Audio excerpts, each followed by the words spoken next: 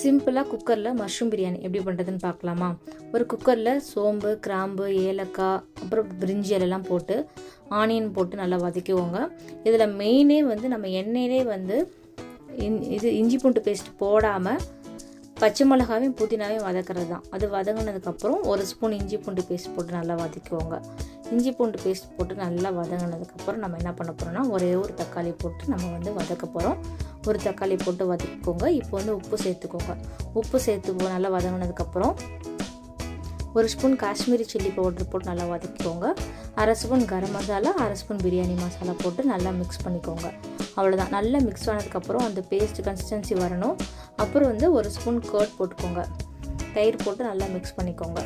தயிர் போட்டு நல்லா மிக்ஸ் ஆனதுக்கப்புறம் இந்த பேஸ்ட் வந்துச்சு பார்த்தீங்களா? பேஸ்ட் கன்சிஸ்டன்சி வந்ததுக்கப்புறம் நம்ம என்ன பண்ண போகிறோன்னா அந்த ஏற்கனவே கட் பண்ணி வச்சுருந்தா ப்ரௌன் கலர் மஷ்ரூம் எடுத்து உள்ளே போட்டு நல்லா மிக்ஸ் பண்ணிக்கோங்க. நல்லா வதங்கினதுக்கப்புறம் நான் இன்றைக்கி பாஸ்மதி ரைஸ் எடுத்திருக்கேன். பாஸ்மதி ரைஸ் 2 கப்புக்கு 2 டம்ளர் தண்ணி ஊற்றணும். 1 கப்புக்கு 1 டம்ளர் தண்ணி, 2 கப்புக்கு 2 டம்ளர் தண்ணி.